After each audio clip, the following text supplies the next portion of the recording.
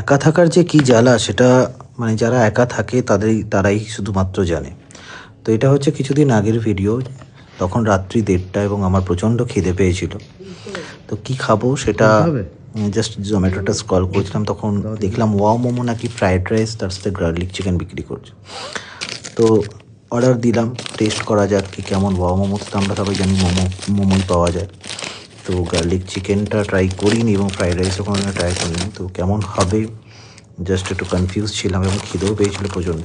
তো তাই জন্য ঝপাঝপ অর্ডার করে নিয়েছিলাম, কিন্তু তাতে দেখলাম একটা গোলাপ জামও দেওয়া হয়েছিল। মানে ফ্রাইড রাইস, গার্লিক চিকেন, তার সাথে গোলাপ জাম, মানে কম্বিনেশনটা জাস্ট ভাবো। আর তার সাথে একটা কোকাকোলার মানে বটলও দেওয়া হয়েছিল।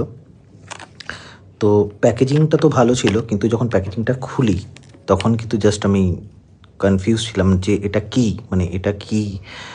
মানে জাস্ট রাইসের মধ্যে গার্লিক চিকেন তো খুঁজেই পাওয়া যাচ্ছিল না। কোথায় চিকেন রয়েছে এই ছোটো ছোটো পিসের জাস্ট 3টে না 4টে জাস্ট চিকেনের কিউবগুলো দেখতে পাচ্ছ। আর তার মধ্যে গ্রেভি আর রাইস পুরো একদম মিক্সড আপ হয়ে মোটামুটি একটা মানে খিচুড়ি টাইপস হয়ে গেছিলো।